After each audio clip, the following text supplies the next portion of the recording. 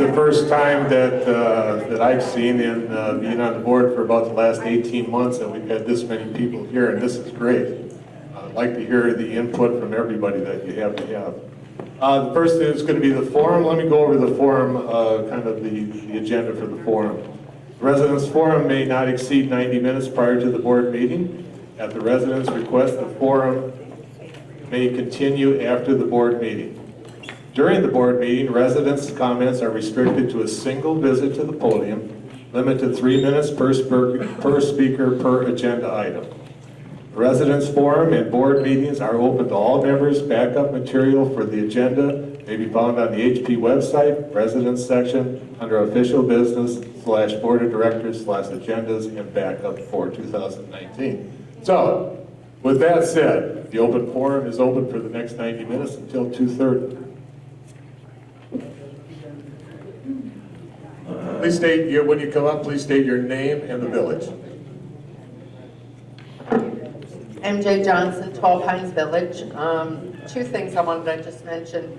I watched the video because I wasn't here for the meeting with Spectrum. I know there's probably half who love it and half who hate it. I only have internet. I have no cable. I have my phone through a company called Magic Jack. It's $37 for 5 years.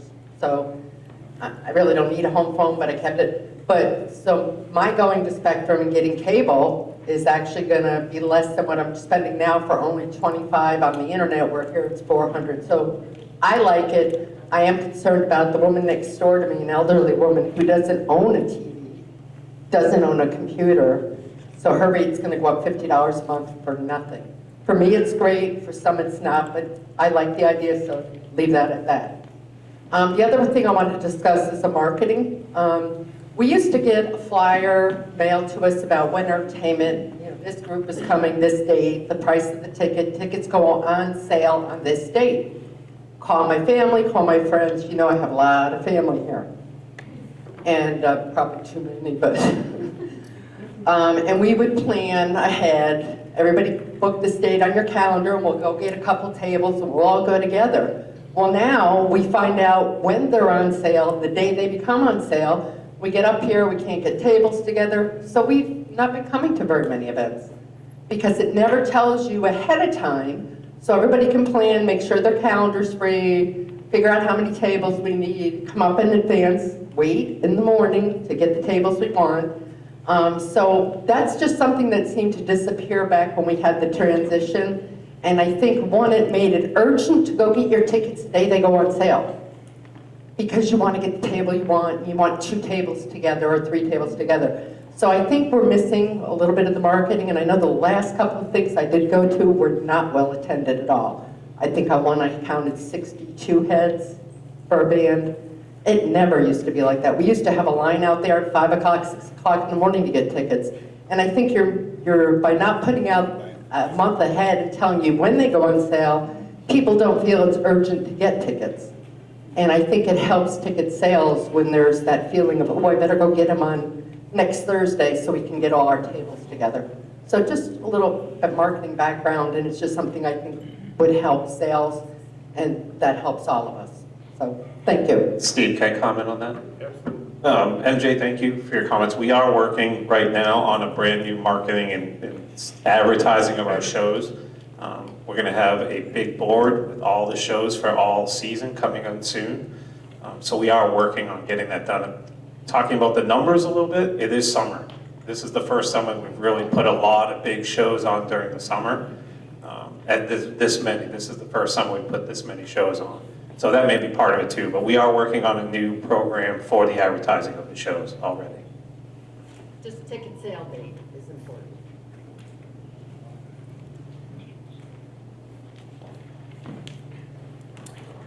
Hi, I'm May Haynes from Pine Grove Village. I have a question about an item on your agenda today. All right, I was reading through, and on your ad hoc committee for capital fund, you have a recommendation to put on the ballot an amendment to put the capital fund at $2,000. Now, last year we voted on that at $1,500, and it was defeated. My question to you is, if it was defeated at $1,500, why was it raised to $2,000? What is your reasoning? That's what I'd like to know. The board was not involved in the item that's on the agenda to be approved, okay? That came from the residents of Heritage Pines. We'll be able to discuss that when that item comes up, and I think the rationality that they can explain as to why that it went there. Now, first of all, it didn't get the 2/3 vote needed for it. Actually, it passed by the number of people that voted, but it didn't reach the threshold that was necessary for a 2/3 vote, okay?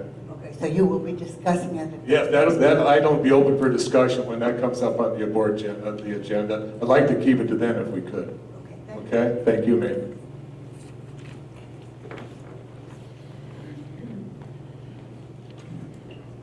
I'm Rosie Tilton from Scenic View Estates. I think there's going to be a number of topics and subjects get brought to the podium today. Mine have to do with Heritage Pines numbers, current numbers. If the board votes to approve agenda item 4 today on a full renovation of the greens, then $275 will be spent in addition to the $220,000 that's been spent on the bunker renovations.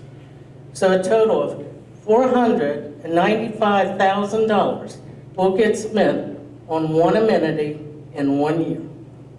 $495,000. So what I'm asking is, where's the monies for the roads? We've been talking about doing the roads that would benefit the entire community for years. Where are they? Where's it been? It's been discussed, but all other things take place and that doesn't happen. If the spectrum negotiations, and I realize that there's no decision made on that, I'm talking numbers, right? If that is approved, a bill will be presented to the association for $50 times 146 homes. Right, that's $70,300 a month. So $70,300 times 12, that's $843,600 that this association will be obligated to pay. Even if some unforeseen issue impacts the 1,406 homes, the bill has to be paid. If owners are delinquent in payments, could this possibly impact the operational funds to pay the spectrum contract? In the past history of Florida, when condos and HOAs were impacted with high foreclosure numbers, the cable still had to be paid. Of course, that left a few paying the cable bill for all. I'm sure in your research with Timber Pines, someone shared with you that the $200 fee per home paid by Spectrum is considered income to the association and is therefore taxable. Right? So if the income is taxable, what's the tax consequences to Heritage Pines? What's the net of the money that Spectrum's offering? And the capital contribution fee, again, this has been already mentioned, but originally started at $1,500, not to exceed 10% for the fiscal year. Now the proposed capital contribution is $2,000, which is an increase of $500, 10% or 33 1/3%. Right? You make a commitment that it won't be increased, but you're already looking at something that increases it past what the cap was supposed to be. Of course, there's also the discussion of the loss of revenue if you really do close the golf course for 12 weeks. Right? That would be golf revenues as well as food and beverage revenues lost for 12 weeks. So I simply wonder about the financial impact on the future of a 55-plus HOA when potentially decreased revenues while the spending gets increased. Right? For residents who choose to sell their homes and move due to the financial concerns of their homes, they have to negotiate a $2,000 capital fee. Does this sound like a beneficial financial plan for a 55-plus retirement? I'm asking you to look at the bigger picture and the impact on the overall community.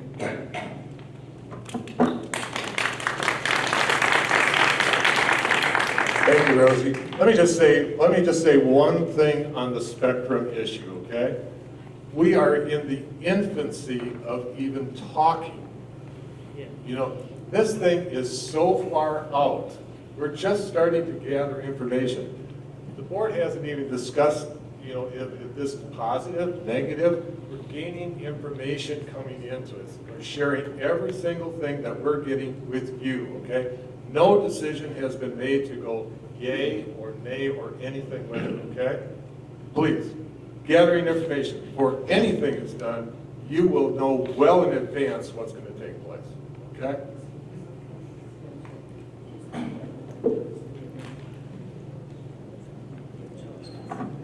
Charlie Thunder, Pinecrest Village. I have a couple of questions, and one coming just on previous speaker. On this recommendation from a committee, I have checked almost daily, and both on the pickleball committee and on the finance committee, I haven't seen one notice of a committee meeting that I could have attended and kind of give my input or talk to them or listen to them. So I'm concerned about these committees being formed, and are they sequestered somewhere that we're not supposed to know what's going on? I'm concerned with that. And on here, we have a pickleball thing that's going to be built somewhere, court, I guess they call it. Can anybody tell me where it's projected to go? Yes, it was in the package that you could get. I didn't get the package. It's online. The package is online. I didn't Package is see it. online. The package is online. Okay, well, the reason I even knew to come today is I got a call on Sunday from a pickleball committee member. He couldn't understand why there was only 5 people that showed up at the committee meetings. There was nobody that was interested from the community. I have nothing against pickleball. In fact, I think it is a trend and it's getting bigger, but golf is waning. And I agree with Rosie, and I'm not going to say too much on it because I think she covered it. We're going to spend $500,000 on one of our amenities that is losing money every year. I don't understand that at all. So I would wish the board would reconsider some of the expenditures and maybe move it around somewhere. That's about what I got there. Also, in the workshop, I try to watch as many as I can. There was future funds for a building. How and where are we going to put a building? Any ideas on where that's coming from? The building, please, forget about the building. Please, everyone. There's no building. There's no building. Thank you. That was my biggest concern. There is no building, please. No building.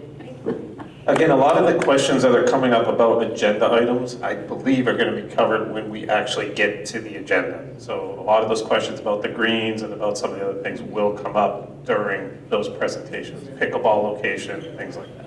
Okay, well, that was part of my concern also, since they are on the agenda and probably will be voted on. I think a lot of us are concerned that it'll all be passed, and then there's no discussion on it anymore. So thank you for your time.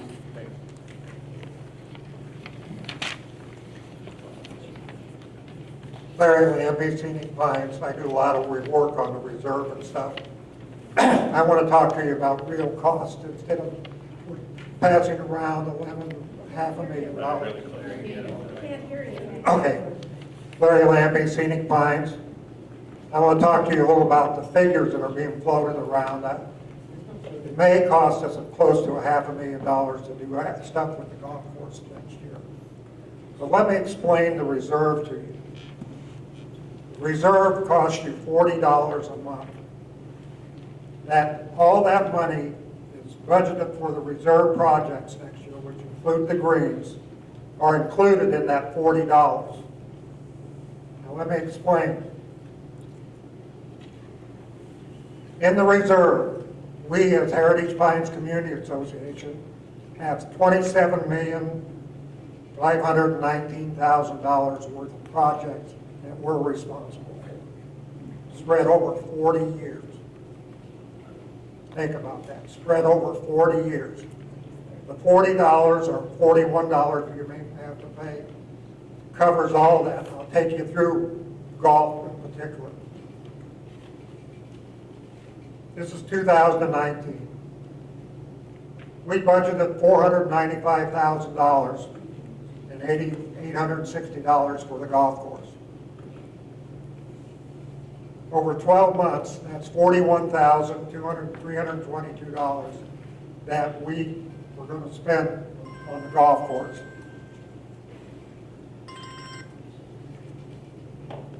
The total amount of money required to fund the reserve in 2019, all the various items in the 8 categories, is $57.86. You are only charged $40. Let me explain how that happened so you don't, all these figures running around, some of them are just rumors, don't scare you to death. You paid $40. We've had gathering funds like over the last 10 years to account for the time when what comes up, we're going to be doing the golf course, roads, and all that kind of stuff. So the total bill for last year was $57.86 a home. $40 was your dues that you had to pay each month. That left $17.86 a month that was coming out of our savings that we had gathered. Now, the golf course has $7,731,000 appropriated in the reserve for it over 40 years. Part of what they're going to talk about here today is the redoing the greens, which have been in the golf course package ever since the reserve was put together in 2005. So the whole thing is in that $7 million, $7,730 million out of $27 million. When you spread that out all through the 40 years, it comes up to the fact that we're budgeting $193,283 a year for the golf course. You take that and divide it by 12, and that's $16,107 per year, per month for the golf course. You divide that by 1,406 homes, and your monthly fee for the golf course is $11.46. If we do the greens next year, depending on whether the board wants to or not, depending on what they vote, the amount of money that you're going to spend is going to continue to be about $11.46. Not going to be something great. Nothing's going to change.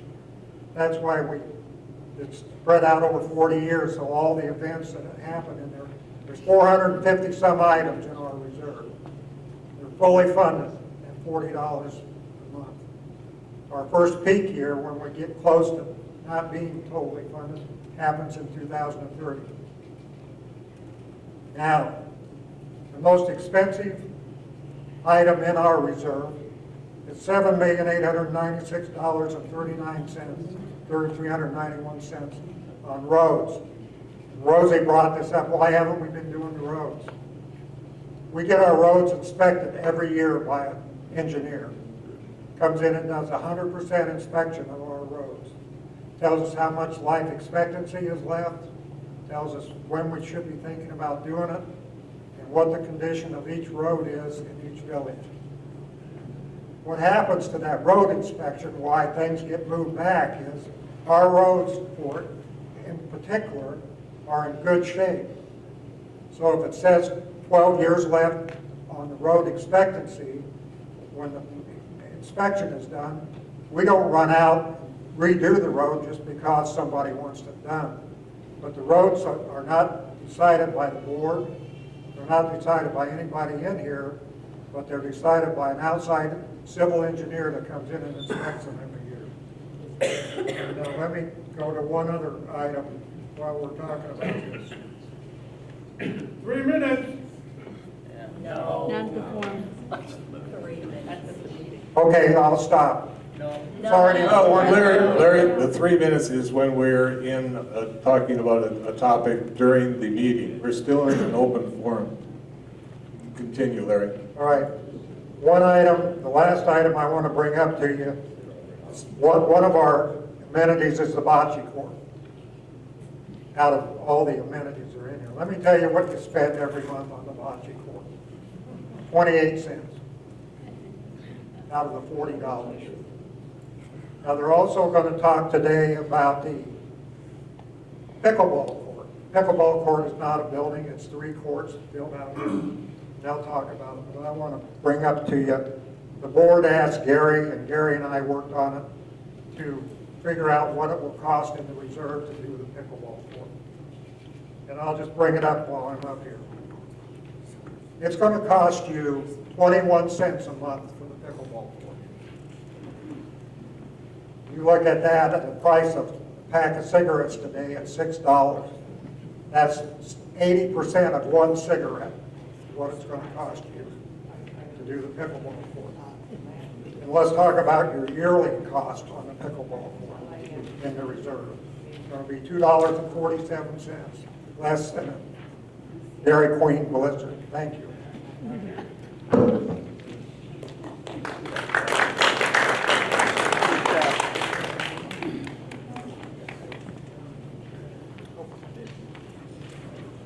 Betty Tincher from Pine Grove.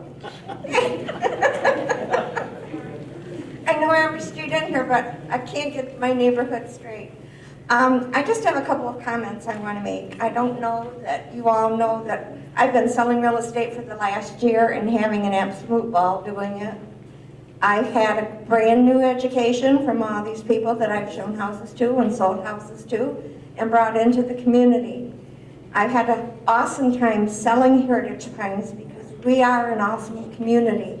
You go out and take a look at all the other ones that are older, newer. They don't compare to what you can get at Heritage Pines for the money.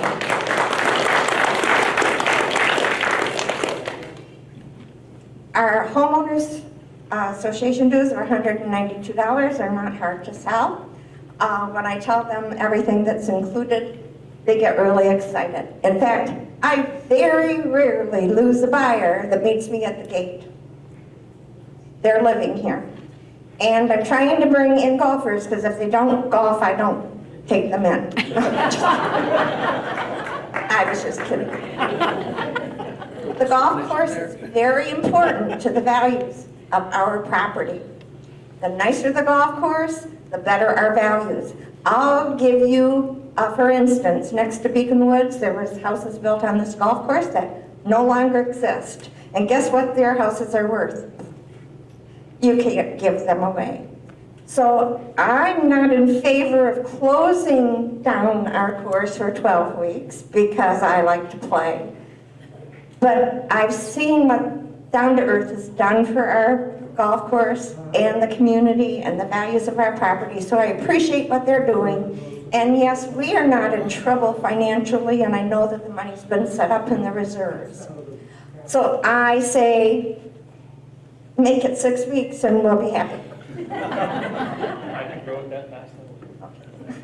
The other thing I want to talk to you about is, well, I've got 3 things and I'll be really fast. Spectrum. The other communities that have gone with Spectrum do so, and it's very beneficial for them because they have no alternative. Hernando County, for whatever reason, doesn't let Verizon in. So they're stuck with Spectrum. We all just need to voice our opinions, and hopefully the majority of us will influence the board on how they vote. The pet peeve that I do have is closing down the restaurant at 3 o'clock on Thursday. What percentage of our residents are snowbirds? 30%. So you make 70% of us suffer because we don't plan properly. We could stay open on Thursday. It's a heavy golf day. And serve a limited menu and maybe close at 6 or 7 o'clock and don't do a full staff. That could be handled. We would all be happy because the 70% of us that are here that golf on Thursday, that golf 18 holes, can't get in by 3 o'clock no matter how hard we try. Right, Debbie? As far as for the capitalization, whatever you guys want to call it, I know everybody paid $900 when they bought in here, and that's a fair amount. When you were talking about making it $1,500, I'm thinking, yes, I can probably sell that, but probably the seller is going to pay the majority of it because it's a negotiable item at closing. The economy is not as strong for us old timers, and we like to watch our pennies and save our money. So just to pay $2,000 at closing and not see any immediate benefit, I think is a little hefty. I would ask whoever's in charge of that committee to reconsider the amount. The idea is easy to sell. We have all these amenities. We've been paying dues every month to keep these amenities going. So is it fair for somebody brand new to come in off the street and immediately enjoy our amenities without putting a little bit in the kitty? I think I can sell that. So that's all I have to say. Thank you, Betty.